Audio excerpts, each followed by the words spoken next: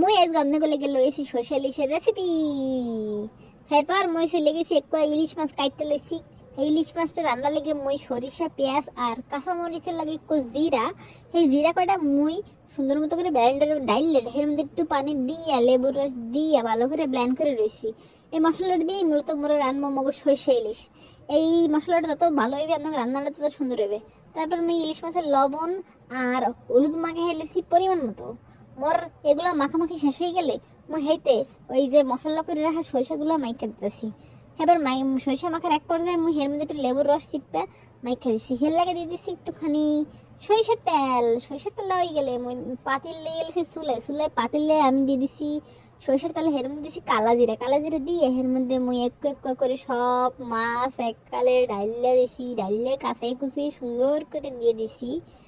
এই দেওয়া হয়ে গেলে মুই লাড়াচাড়া করা শুরু করবো।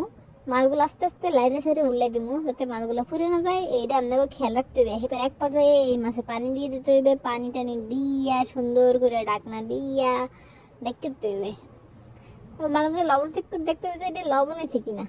এবার আপনারা ডাকতে দেওয়ার এক পর্যায়ে আবার ডাকনা উঠে দেখুন মাছগুলো ঠিক আছে কিনা। মাছ হয়ে গেলে তারপর আপনারা আস্তে আস্তে করে সব মাছ একটা বাড়িতে ডাইলে পরিবেশন করে নেবেন।